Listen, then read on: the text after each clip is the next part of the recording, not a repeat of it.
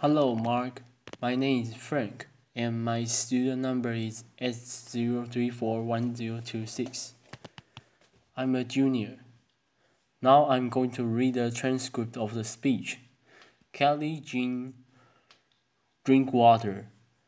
Enough with the fear of fat. I'm here today to talk to you about a very powerful little word, one that people will do almost anything to avoid becoming.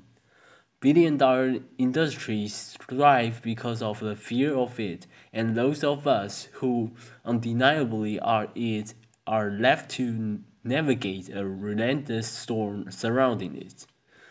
I'm not sure if any of you have noticed, but I'm fat. Not the lowercase mother behind my back kind, or the seemingly harmless chubby or cuddy. I'm not even the more sophisticated, vol- volu- voluptuous or curvaceous kind. Let's not sugarcoat it. I am the capital FAT kind of fat. I am the elephant in the room. When I walk out on stage, some of you may have been thinking, oh, this is going to be hilarious because everybody knows that fat people are funny. Laughter. Or you may have been thinking, where does she get her confidence from? Because of confident fat woman is almost unthinkable. The fashion-conscious members of the audience may have been thinking how fabulous I look in this Benedetto dress. Cheers. Thank you very much. Whereas some of you might have thought, black would have been so much more slimy. Laughter. You may have wondered, consciously or not, if I have diabetes or a partner, or if I eat crabs after 7 p.m. Laughter. You may have worried that you ate crabs after 7 p.m. last night and that you really should renew your gym membership. These judgments are insidious. They can be directed at individuals and groups, and they can also be directed at ourselves. And this way of thinking is known as fatphobia. Like any form of systematic oppression, fatphobia is deeply rooted in complex structures like capitalism, patriarchy, and racism, and that can make it really difficult to see, let alone challenge. We live in a culture where being fat is seen as being a bad person, lazy, greedy, unhealthy, irresponsible, and morally suspect. And we tend to see thinness as being universally good, responsible, successful, and in control of our appetites, bodies, and lives. We see these ideas again and again in the media, in public health policy, doctors' offices, in everyday conversations, and in our own attitudes. We may even blame fat people themselves for the discrimination they face because, after all, if we don't like it, we should just lose weight. Easy. This anti-fat bias has become so integral, so ingrained to how we value ourselves and each other that we rarely question why we have such contempt for people of size and where that disdain comes from.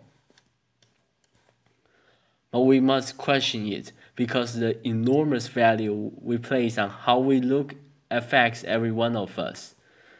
And do we really want to live in a society where people are denied their basic humanity if they don't subscribe to some arbitrary form of acceptable? So when I was 6 years old, my sister used to teach ballads to a bunch of little girls in our garage. I was about a foot taller and a foot wider than most of the group. When it came to doing our first performance, I was so excited about wearing a pretty pink tutu. I was going to sparkle, as the other girls slipped easily into their lycra and tulle creations, Not one of the tutus was big enough to fit me. I was determined not to be excluded from the performance, so I turned to my mother and loud enough for everyone to hear said, "Mom, I don't need a tutu. I need a 4-4." Laughter. "Thanks, Mom." Applause. And although I didn't recognize it at the time, claiming space for myself in that glorious 4-4 was the first step towards becoming a radical fat activist. Now, I'm not saying that this whole body love thing has been an easy skip along a glittering path of self acceptance since that day in class. Far from it. I soon learned that living outside what the mainstream considers normal can be a frustrating and isolating place. I've spent the last 20 years unpacking and deprogramming these messages, and it's been quite the roller coaster. I've been openly laughed at, abused from passing cars, and been told that I'm delusional. I also receive smiles from strangers who recognize what it takes to walk down the street with a spring in your step and your head held high. Cheer. Thanks, and through it all, that fierce little 6-year-old has stayed with me, and she has helped me stand before you today as an apologetic fat person, a person that simply refuses to subscribe to the dominant narrative about how I should move through the world in this body of mine. Applause. And I'm not alone. I am part of an international community of people who choose to, rather than passively accepting that our bodies are and probably always will be big. We actively choose to flourish in these bodies as they are today. People who honor our strength and work with, not against, our perceived limitations. People who value health as something much more holistic than a number on an outdated BMI chart. Instead, we value mental health, self-worth, and how we feel in our bodies as vital aspects to our overall well-being. People who refuse to believe that living in these fat bodies is a barrier to anything, really. There are doctors, academics, and bloggers who have written countless volumes on the many faces of this complex subject. There are fashionists who reclaim their bodies and their beauty by wearing fat fatkinis and crop tops, exposing the flesh that we're all taught to hide. There are fat athletes who run marathons, teach yoga, or do kickboxing, all done with the middle finger firmly held up to the status quo. And these people have taught me that radical body politics is the antidote to our body shaming culture. But to be clear, I'm not saying that people shouldn't change their bodies if that's what they want to do. Reclaiming yourself can be one of the most gorgeous acts of self-love and can look like a million different things, from hairstyles to tattoos to body contouring to hormones to surgery, and yes, even weight loss. It's simple. It's your body, and you decide what's best to do with it. My way of engaging in activism is by doing all the things that we fatties aren't supposed to do, and there's a lot of them, inviting other people to join me and then making art about it. The common thread through most of this work has been reclaiming spaces that are often prohibitive to bigger bodies, from the catwalk to club shows, from public swimming pools to prominent dance stages. And reclaiming spaces in Marseille is not only a powerful artistic statement but a radical community building approach. This was so true of Acapulco. Laughter. The fat film synchronized swim team I started with a group of friends in Sydney. The impact of seeing a bunch of defiant fat women in flowery swimming caps and bathers throwing their legs in the air without a care should not be underestimated. Laughter. Throughout my career, I have learned that fat bodies are inherently political, and unapologetic fat bodies can blow people's minds.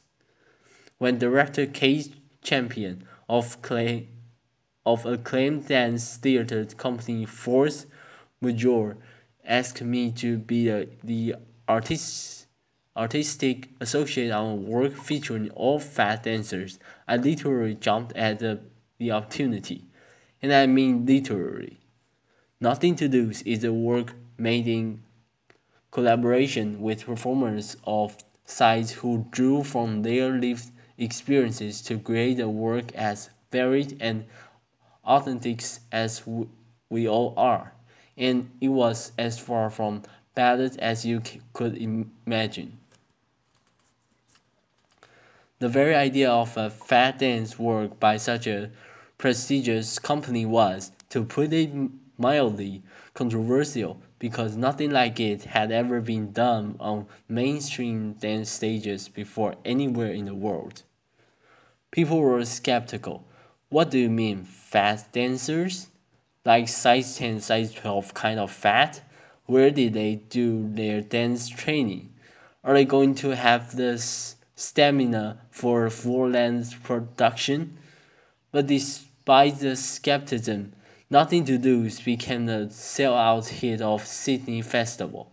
We received rave reviews, toured, won awards that were written about in over 27 languages. These incredible images of our cast were seen worldwide. I've lost count of how many times people of all sizes have told me that the show has changed their lives, how it helped them shift their relationship to their own and other people's bodies, and how it made them confront their own bias. But of course, work that pushes people's buttons is not without its detractors. I have been told that I'm glorifying obesity. I have received violent death threats and abuse for daring to make work that centers fat people's bodies and lives lives and threats us as worthwhile human beings with valuable stories to tell. I've even been called the ISIS of the obesity epidemic. Laughter.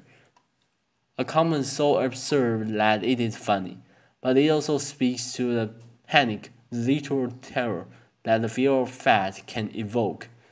It is the fear that's feeding the diet industry, which is keeping so many of us from making peace with our own bodies, for waiting to be the after photo before we truly start to live our lives. Because the real elephant in the room here is fat phobia. Fat activism refuses to indulge this fear.